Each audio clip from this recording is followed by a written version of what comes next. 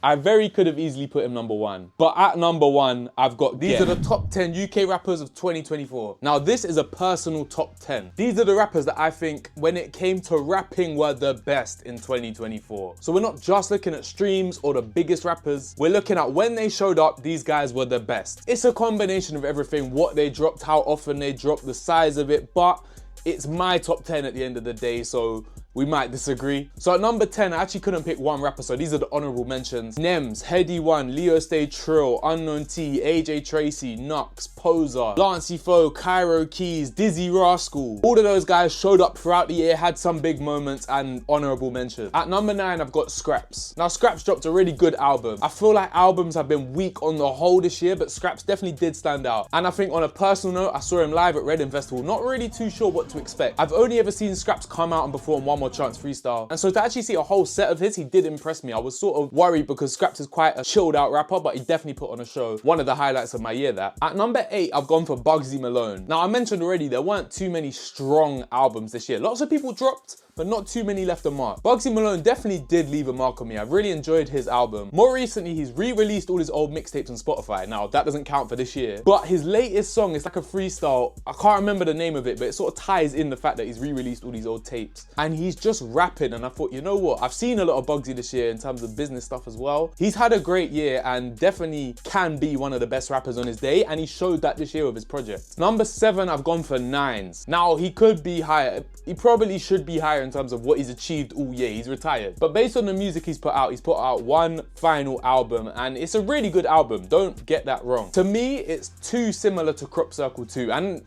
I'm not surprised because this is his 3rd album he's released in about a year and a half. So it makes sense that it sounds kind of similar, and it's nothing revolutionary in terms of the album, but it's a very, very good album. The show at the O2 was phenomenal. One of the best shows I've ever seen. Plus all the work he's doing in the movies, and I wish him all the best. But when it came to actual rapping, he doesn't make the top 5, but massive shout out to Nines. At number 6, we've gone with Skepta. Now, we've still not got the album. In January, he said it's dropping this year, and but having said that, Skepta came back to rapping this year. He dropped a movie, he dropped a flipping festival, he's done loads in terms of the fashion scene. He's continued his DJing and mass tempo. But in terms of coming back to actual rapping, he has done his thing. Oh, I just remembered honorable mentions to Chip and Nath Smalls as well. Yes, Chip and Nath Smalls. Anyway, back to Skepta. The man is 42, I believe. He's been around for so long, and yet every single time he comes back, he's as relevant as ever. He reinvents himself. He doesn't just do the same rinse and repeat formula. I don't know a better rapper than Skepta. No one can do that. Tony Montana, Diligent, some of the songs he's dropped this year, incredible. Why I Lie with Flo Milli, even his latest one, Alpha Omega, they're different sounds, but they work so well, and they sound good in today's day and age. I just think what he has dropped has been so refreshing. I didn't love all of it, but it's just been so different and incredible for me to see how he continues to do this. Plus, Big Smoke Festival was one of the highlights of the year. He's been part of the grime revival with DJ AG, and I went to his Puma set. He's had these big moments again, and the fact he's still doing that,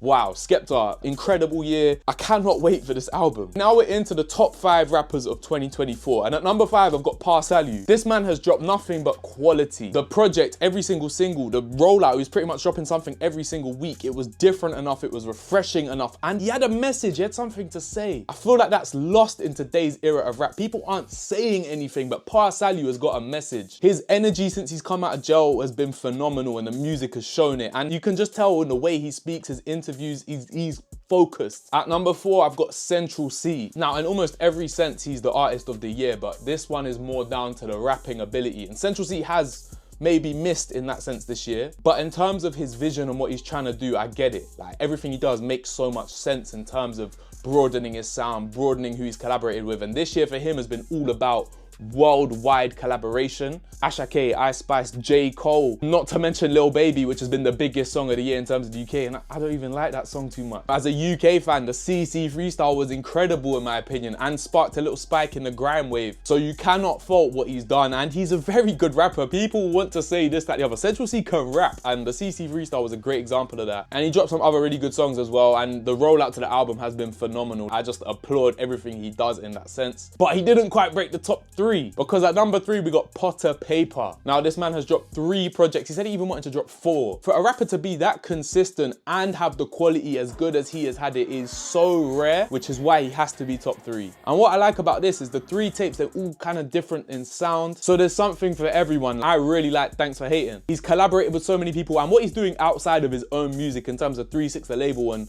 the way he's sort of moving like a mogul trying to take over the industry, I respect that energy. And what this video comes down to, the art of rapping, I don't know anyone that can rap more realer or, you know, with soul in his voice than Potter Paper. But there's amazing rappers in the scene. You think of your Kano, your Chip, your Wretch, but Potter Paper can do it so many times in a year. That is unheard of, to rap that good, that consistently. At number 2, I've got Bashy. Now, this was a tight one, but Bashy didn't put a foot wrong. In terms of the new music, he dropped his album, which he obviously had something to say, having been out of the scene for, what, 10 years almost? And he delivered that message. He said what he needed to say, and he put it together so beautifully. Plus the show, I went to see the show, and wow, I've never had someone put that much effort into a set, and it was just perfect. It was honestly unbelievable. I very could have easily put him number 1, but at number 1 I've got Geth. Now, On Purpose with Purpose could be album of the year. In terms of the ability of rapping, Geth has to be number 1 in terms of this year. That album is so well put together. The features are so varied, yet they flow so well. Geth really understands what he is best at and what other people can do,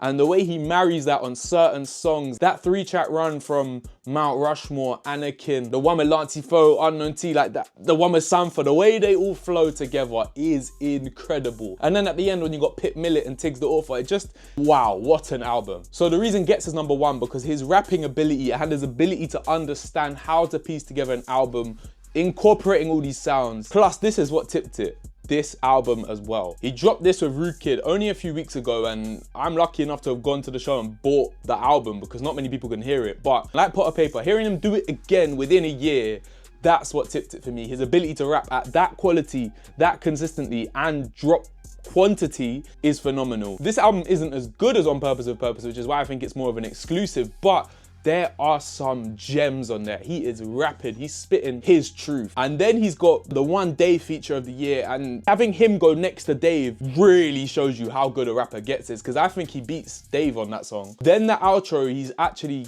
got a message. He's speaking political, and he's done that as well earlier in the year on Purpose with Purpose. But again, rappers don't have messages anymore. Geth has got a message, and he's got the quality, and I think he's overtaken the Wretch and Kano because of his ability to do it over the last few years, maybe even Stormzy. We'll see about Dave as well. I think Geth really has to be in the conversation of one of the best of all time in the UK, and he is my rapper of the year 2024. Let me know who you got in the comments below. Let me know anyone I forgot, because I'll be real, I didn't listen to absolutely everything. I listened to a lot, but maybe not as much as you. And let me know your thoughts. Who's the best rapper of the year 2024? Let me know in the comments. And I'll see you guys next time. Also, I've got a new DJI camera. It's really cool. So let me know what content I should be making on this. Like, that gimbal is so smooth. See you guys next time.